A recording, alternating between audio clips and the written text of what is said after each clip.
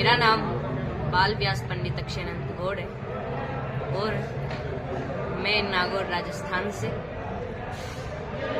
हम गोहितार्थ श्रीमद्भागवत महापुराण एवं जागरण और नानी बाई का मायरा करते हैं, जिसमें जो भी सहयोग राशि आती है वह गौ माता के लिए गौशाला में ही रहती है।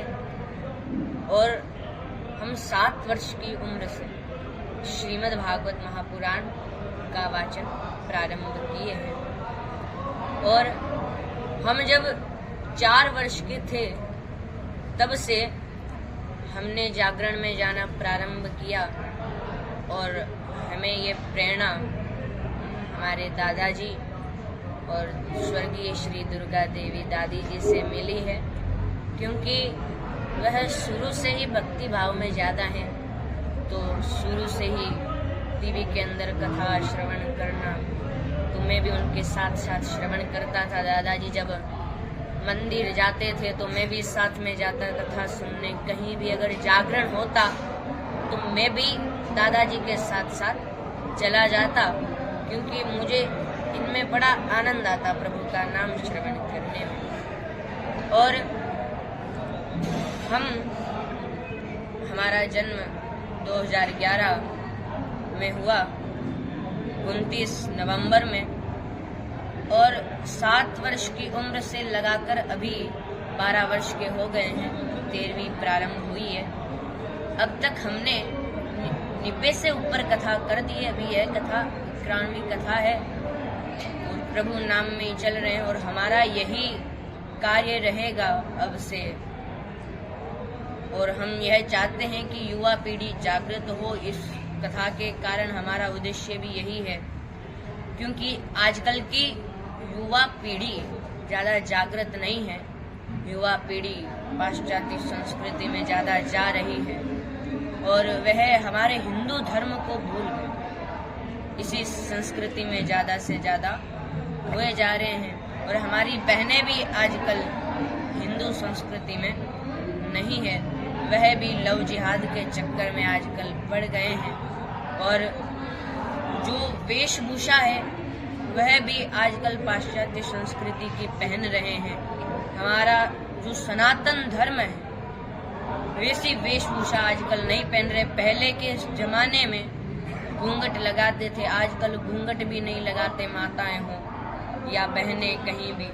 तो हमारा यही निवेदन है कि ये जो बाहर की संस्कृति है इसे छोड़ दो और हमारी सनातन संस्कृति पकड़ो। लेकिन आजकल सनातन संस्कृति बाहर वाले तो ज़्यादा पकड़ रहे हैं, लेकिन जो हमारे भारतीय युवा या हमारी बहनें हैं वह छोड़ रही है, पाश्चात्य संस्कृति में जा रही है।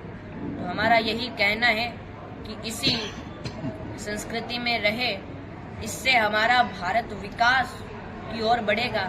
वरना आजकल तो प्रभु विकास की ओर तो जा नहीं रहा, दिन प्रतिदिन विकास से घटता चला जा रहा। स्कूल के बारे में थोड़ा बताइए। स्कूल में भी आप क्या प्रवचन वगैरह करते हैं? हाँ, स्कूल में हमारा अध्ययन है यह अभी 9 क्लास में चल रहा है और हम आदर्श विद्या मंदिर में पढ़ाई करते हैं।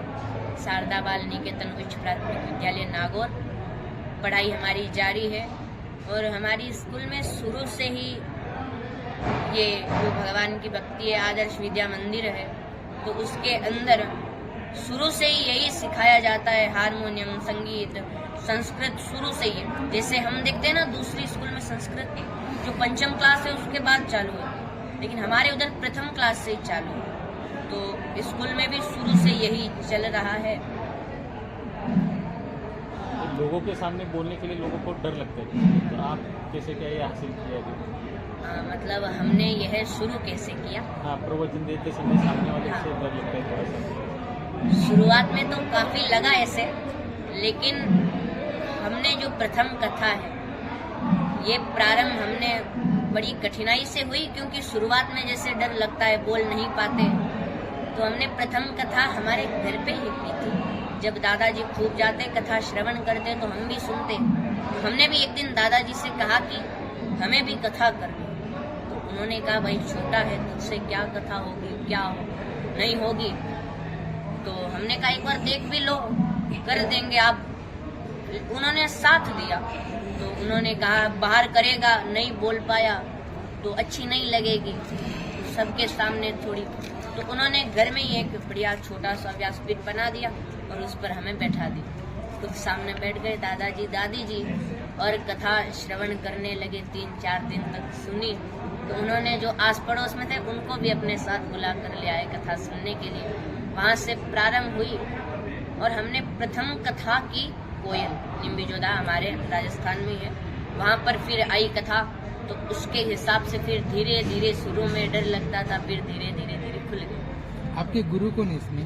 हमारे गुरुदेव ये है। वैसे गुरुदेव का नाम तो लेना नहीं चाहिए क्योंकि आयु घटती है। जैसे माताएं होती है ना, वो अपने पतिदेव का नाम नहीं लेती क्योंकि उम्र घटती है। लेकिन हमारे गुरुदेव विश्व स्तरीय गौ चिकित्सालय, आपने सुना होगा नाम, तो पूरी विश्व का सबसे बड़ा गौ चिकित्सालय है जहां पर अभी के समय में 4000 गौ माताएं और वह दूध देने वाली नहीं, सारी पीड़ित है। और गौशाला का प्रतिदिन का खर्चा 6 लाख रुपए प्रतिदिन। 2 है, एक तो शाखा है जोधपुर के अंदर और एक विश्व स्तरीय गौ चिकित्सालय नागौर के अंदर जोधपुर रोड पे बनाई हुई है, विशाल है। हमारे गुरुदेव अभी जैसे आप जैसे कथा करते हो, वैसे बाकी भी कुमार विश्वास है।